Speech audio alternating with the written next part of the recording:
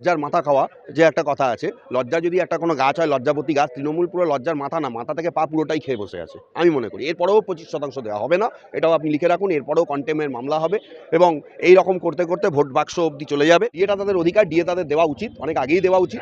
এই রকম চোরচিটিংবাজ রাজ্য সরকার বলে এখনো পর্যন্ত বিষয়টাকে ঝুলিয়ে রেখেছে। অন্য রাজ্য হলে অনেক আগেই দিয়ে দিত, দিয়েও দিয়েছে। শুধু ডিএ এর কথা তো আজকে বলছেন ডিএ মামলা হচ্ছে বলে। কর্পোরেশন মিউনিসিপ্যালিটিগুলোর যা অবস্থা আমি আপনাকে বলছি, ঠিক আছে? কর্মচারীদের 2 মাস 3 মাস পরে পরে মাইনে দেওয়া হয়, যারা রিটায়ার করেন তাদের টাকা দেওয়া হয় না। আমরাই মামলা করেছি হাইকোর্টে। একদিকে যেমন সুপ্রিম কোর্টের কাছে গিয়ে কেঁদে কেটে মুখ্যমন্ত্রী ভাসাচ্ছেন, আবার অন্যদিকে সুপ্রিম কোর্টের অর্ডারকে বৃদ্ধাঙ্গুষ্ঠ দেখিয়ে এই মুখ্যমন্ত্রী বলেছেন আমি সুপ্রিম কোর্ট মানি না। তাহলে সুপ্রিম কোর্ট যদি মানেন না, বা সুপ্রিম কোর্টে গিয়ে তিনি সওয়াল করেন কেন?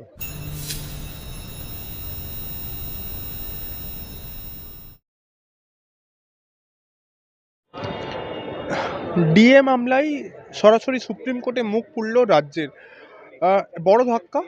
এর আগে বারবার বোঝানো হয়েছে ডিএ কর্মচারীদের বা রাজ্য সরকারের কর্মচারীদের ডিএ মানে হচ্ছে দয়ার দান।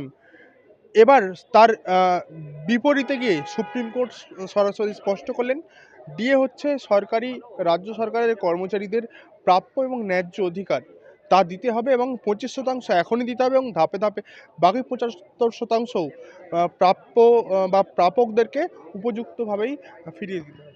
ডিএ মামলায় রাজ্য সরকার হাইকোর্টেও হেরেছিল, সুপ্রিম কোর্টেও হেরেছে এবং ডিএ যে দিতে হবে এটা তারা জানে, কিন্তু ভোটের আগে ডিএ মামলা নিঃসন্দেহে তাদের উপর একটা প্রেশার তৈরি করলো।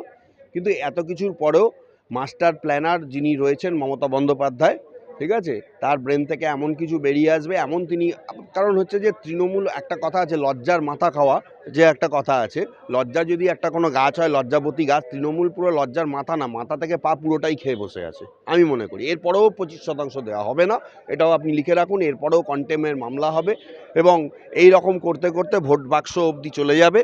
ভোটটা কোনো রকমভাবে পার করিয়ে দেওয়া, কিছু একটু কিছু পাবে, 25 না পেলেও কিছু পাবে, কারণ তারা জানে যে রাজ্য সরকারি কর্মচারীরা না পেলে এবার বিদ্রোহ ঘোষণা করতে পারে।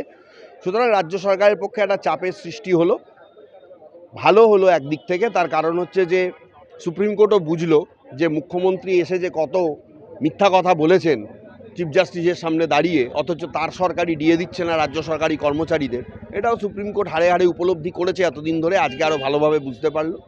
ডিএটা তাদের অধিকার, ডিএ তাদের দেওয়া উচিত, অনেক আগেই দেওয়া উচিত। এই রকম চোরচিটিংবাজ রাজ্য সরকার বলে এখনো পর্যন্ত বিষয়টাকে ঝুলিয়ে রেখেছে। অন্য রাজ্য হলে অনেক আগেই দিয়ে দিত, দিয়েও দিয়েছে। কিন্তু আসলে এই টাকাগুলো সমস্ত কিছু মেলা খেলায় খরচ করে দেওয়া হয়েছে। এই টাকাগুলো দিয়ে মোচ্চপ ফুর্তি অনেক কিছুই হয়ে গেছে।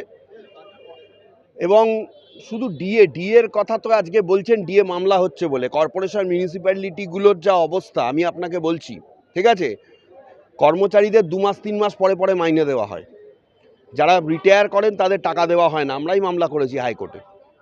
সুতরাং কার্যত তারা স্বীকার করেছে 6 মাস পরে এসেও, হ্যাঁ, যে হচ্ছে তাদের কাছে টাকা নেই, তাই জন্য তারা কিছু করতে পারছে না। তো এই জায়গাগুলো রাজ্য সরকারের খামতি রয়েছে। ডিএর এই 25% টাকাও পুরোপুরি দেওয়া হবে কিনা আমি ডাউট। যদি দেওয়া উচিত সুপ্রিম কোর্টের অর্ডার, কিন্তু এই সরকার একদিকে যেমন সুপ্রিম কোর্টের কাছে গিয়ে কেঁদে কেটে মুখ্যমন্ত্রী ভাসাচ্ছেন, আবার অন্যদিকে সুপ্রিম কোর্টের অর্ডারকে বৃদ্ধাঙ্গুষ্ঠ দেখিয়ে এই মুখ্যমন্ত্রী বলেছেন আমি সুপ্রিম কোর্ট মানি না। তাহলে সুপ্রিম কোর্ট যদি মানেন না, বা সুপ্রিম কোর্টে গিয়ে তিনি সওয়াল করেন কেন? সুতরাং সার্কাস চলবে 26-এর ভোট অবধি। কিছুটা ডিএ সুপ্রিম কোর্টের চাপে কর্মচারীরা পাবেন, এইটুকু বলতে পারি।